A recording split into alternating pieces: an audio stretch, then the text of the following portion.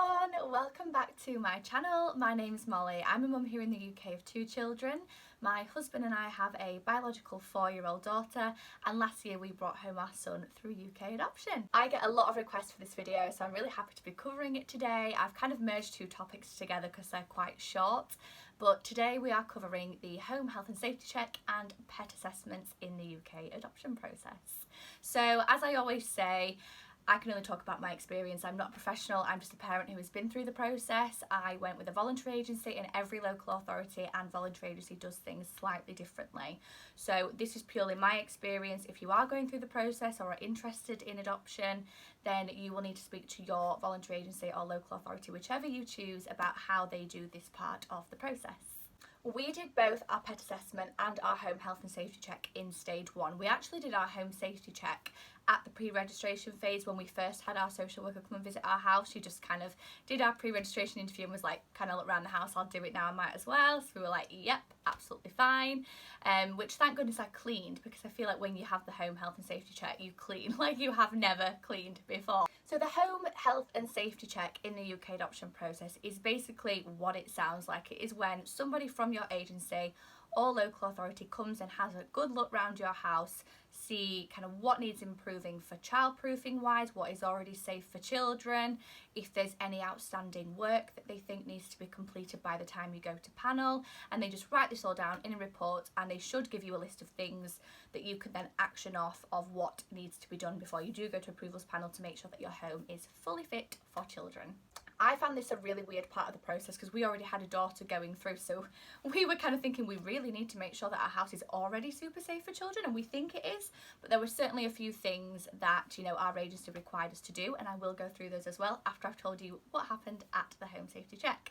So our social worker just came, she asked us some questions about when we bought the house, how long we'd lived there, any work that we've done, any work that we would like to do, obviously how we've childproofed it already for our daughter. And then she simply just wandered around. She asked us to give her a tour of the house. She spent a little bit of time in each room jotting notes down, and then she went away, wrote a little bit of a report. She'd obviously filled in a form, which I think some social workers use a standard Cor and Bath one, but some agencies or LAs use their own. And then she sent us the report back just saying that these are the things that I would like you to do before panel, just to make sure that your home is safe, and she would check it again just before we go to panel.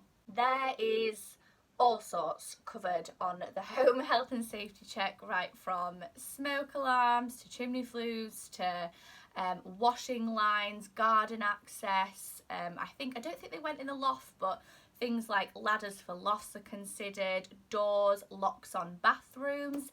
I think she looked at quite possibly everything. Just to share with you as an example, I have gone through my files from the process and dug out the home health and safety check report that we received, just so I can give you a bit of an idea of some of the things that we were asked to do even though we'd already childproof our home. But some things that our agency required was we had to clear some of the rubble in the garden. We were doing garden work at that point of time. We needed a fire extinguisher or a fire blanket because we have an open fire. We needed to just double check all of the smoke detectors. We needed to fit a stair gate. The alcohol had to be moved out of the bottom cupboards in the kitchen, and we moved it completely into the garage. We needed a cupboard lock on the chemical cupboard with things like your bleach and your cleaning products in. We had to fit a lock to the bathroom door. And we also had to provide evidence of a vehicle tax, insurance and MOT, which is one I completely forgot. So it all sounds a bit bizarre, but obviously it does have a purpose. They just want to make sure that you are super safe and that your home is safe for any child or children that will be placed with you. We did all of that work. We had our last social worker visit before panel, and she just kind of checked everything off that we'd done everything, and it was fine. It wasn't as scary as I thought, and they don't care about really how like sparkling clean your home is. Obviously as long as it's clean, that's great, but it's more about safety things like covering plug sockets and the electricals and water systems, etc. So in a nutshell, that is a home health and safety check. I'm going to move on to the pet assessment. So we went through the adoption process with a dog, and again, every LA or agency does this differently. I have heard lots of stories of some local authorities and agencies sending in professionals to do this assessment, so using a third party to get an external opinion, whereas in our experience, our social worker just did it. I believe she just used a standard Cor and Bath pet assessment form, and we also had to get a vet reference. So what happened was our social worker penciled in a date to come and observe our dog. We were a little bit bit nervous because our dog is super bouncy. She has a lot of spaniel in her, so she's super excitable, and we were thinking, oh my gosh, if she jumps up, is that going to be an issue? Do they class that as a problem for a child? But equally, you know, our dog is used to living around our daughter, and we've had no issues. But it is in the interest of your future children that your agency or LA do check this thoroughly. So our social worker came to our home. She just watched our dog play. Literally, she just observed her in the home, looked at where she ate, where she slept, asked a lot of questions, things like describe your dog's personality, describe where you got your dog from, can I see a vaccination record, where does she sleep, has there ever been any incidents with other dogs, has there ever been incidents with any children, where do you walk your dog, where does your dog go to the toilet? Pretty basic questions, but lots of them. I will link the pet assessment form below that we know, I think, our social worker used, but even if your LA or agency uses a different one, it's a really good reference point just to kind of get an idea of some of the questions that you may be asked. We were not, you know, told basically, you know, make your dog sit, can you make your dog roll over, can you tell your dog to leave, and observe that. But again, everybody's different. I've heard stories of when professionals have come in, they want to observe a dog, you know, responding to commands, but our social worker just wanted to make sure that our dog was a friendly dog and was fine around children and fine around her, which she was. Tip: take your dog on a walk about an hour before this visit.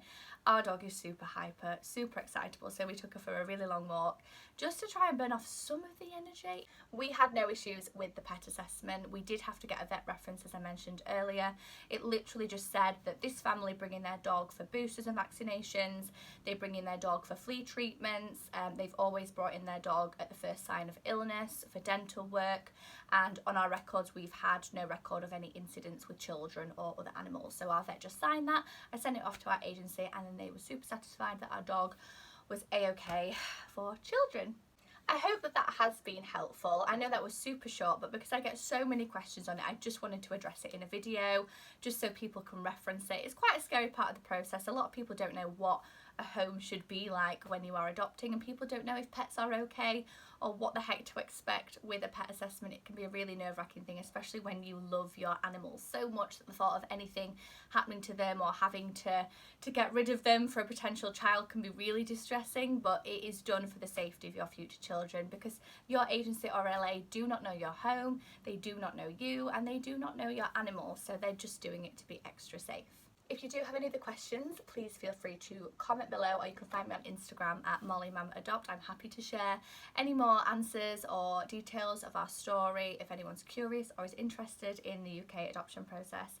And please subscribe to my channel for more adoption related content. Thank you for watching, guys. Bye!